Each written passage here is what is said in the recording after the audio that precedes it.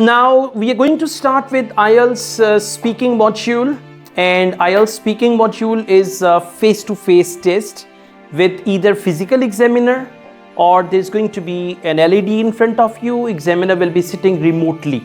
So we have remote speaking and we have physical speaking. In physical speaking, examiner is physical, otherwise it's just like online and examiner is just there, right?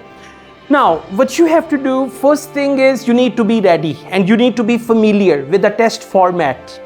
As I told you, test format is speaking part 1, part 2, part 3. And if you know that, and then you will know now examiner is doing part 1.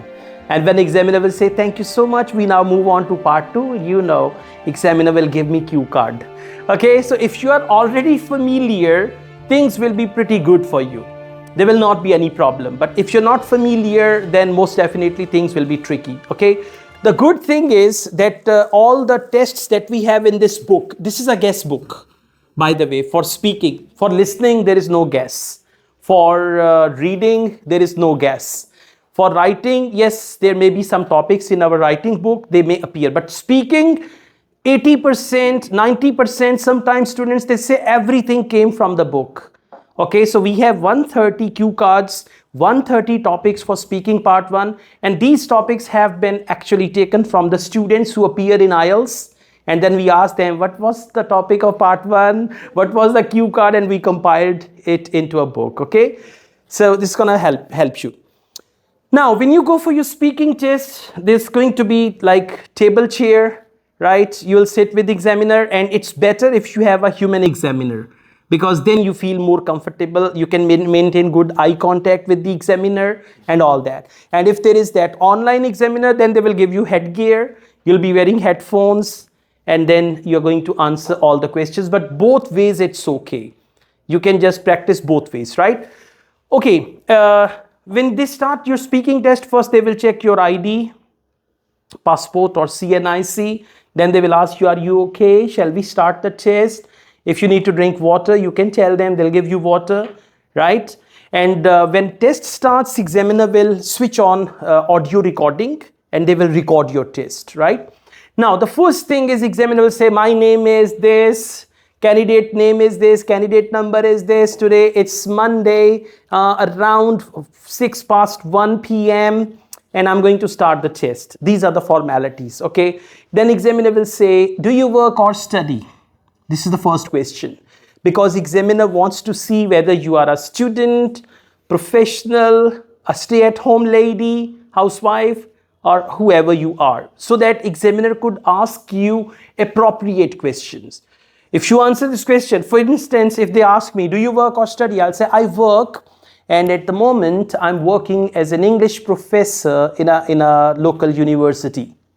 That's it. I don't need to explain more. Do you work or study? Some people work, some people study. Today I would like to tell you whether I work or study. Well, I am... So speaking has started and I need to go on 4th gear, full speed. No, just calm down and answer this question calmly, very, very calmly. Do you work or study? Well, I study. I've recently completed my graduation and I want to go abroad for my post-graduation studies. That's it. Answer confidently. Do you work or study? I work. At the moment, I'm working in a bank in my hometown. Do you work or study? Well, I don't do anything. I've just finished my intermediate and nowadays I'm totally free. That's it. So examiner wants to see who you are so that they could ask you appropriate questions. After that, examiner will ask you questions. That is speaking part 1, which is called the basic part, introductory part. Examiner will ask you questions. Now, you need to learn 2 things. Number 1, WH questions. WH questions. If examiner says, why? It means in your answer, you have to give the reason. If examiner says, where do you go on the weekend? It means answer should contain location. Where do you go on weekend? Right? If examiner says, who means in the answer, there should be somebody. Right? So who is your best friend? Right? Something like that. If examiner says in the question, when When is the time when something is done. Okay, so that is what we call when, right? If examiner says how often. Now how means method or manner, how something is done, and how often means frequency. How often do you drink tea? I usually drink tea twice a day. First in the morning and second in the evening. So like this you got to answer. So the first thing is WH question. When, why, who, how, and then we have what. When they say what, it means there is something. For example, what do you eat for breakfast? What do you do on the weekend? So what means something, some activity or anything like that. So these are WH questions. Second, in IELTS speaking, they will ask you questions in 5 tenses.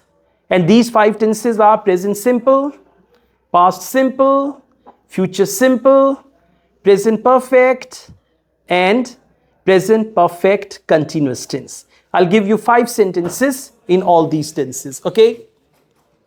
So the first one that we have, that is present simple. For example, if I say, I always have my breakfast at 9 a.m. I always have my breakfast at 9 a.m. Present simple. Yesterday, I went to a beautiful garden. Or yesterday, I went to a miracle garden. That is past. Next week, I will go to China. That is future, right? Now, we've got present perfect tense. I have just attended a seminar. Which tense is that? I have just attended a seminar. It is present perfect tense. And if I say, I have been attending this class for 30 minutes, present perfect continuous. That's it. These are 5 tenses. Examiner will ask you questions in these 5 tenses. Now, identify the tense, identify the WH question, and then answer in the same tense. If examiner says, do you? Present tense. If examiner says, did you? Past tense. If examiner says, will you? Future tense. If examiner says, have you? Third form, perfect tense. And if examiner says, how long have you been? Present perfect continuous tense. So the tense of the question should be the tense of your answer. Be confident. IELTS speaking is not general knowledge test. They will not check your general knowledge. They will just see what you know, and they are going to observe your language skills. If I say, what is your favorite color? Tell me about your hometown. What do you do on the weekend? What is your favorite shopping mall? How often do you go for shopping? You know all these things. In order to get good bench score, there is one thing, we call it exaggeration. Exaggeration. Exaggeration is pretending. Now, what is pretending? Pretending is you are giving a rosy picture, a beautiful picture. What do you do on the weekend? Well, most of the time, whenever there is a weekend, I arrange a barbecue party with my friends. If my friends are not available, then I go out with my family and we enjoy a hearty dinner. Alright, what is it? Pretending. Yeah, are you at home using washing machine on Sunday? But you're saying, I arrange barbecue. So this is called pretending, right? So you need to pretend. Just give a good picture. Just try to speak better and better and better, all right? Like this, you can pretend your answers. You can exaggerate your answers. So this is speaking part 1, 5 to 7 questions. Then examiner will say, we now move on to speaking part 2. Examiner will give you a cue card. Again, we have 130 cue cards in the book, and out of those 130 cue cards, there's going to be one of them. Now, cue card has 2 parts. The first part is the main topic. Describe a place you often visit. This is the main topic, okay? Second, the first part is describe a city you would like to visit in the future. So this is the first part of the cue card. The second part of the cue card, that is instructions.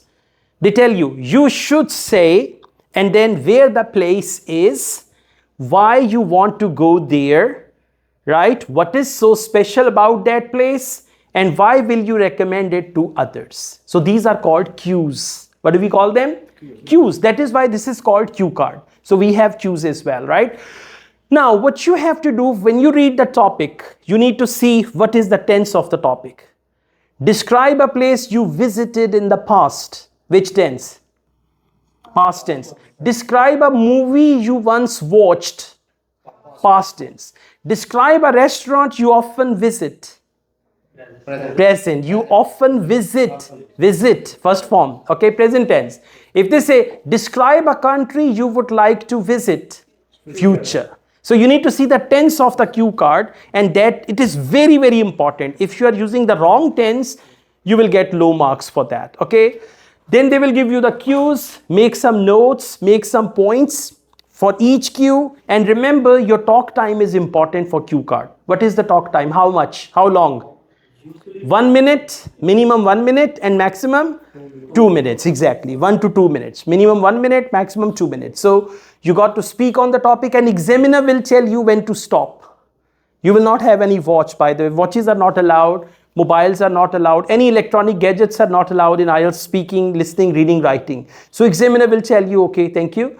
And you need to cover all the points. And if you miss any point, what will happen? Nothing will happen.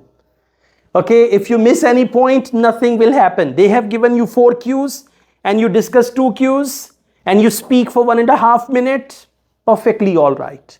Okay, and if you don't discuss the cues, you discuss the main topic. For example, topic is describe a city you would like to visit. You discuss the city and you don't discuss the cues. What will happen? Nothing will happen. Okay, as long as you are on the topic, but it is advisable to follow the cues. Why?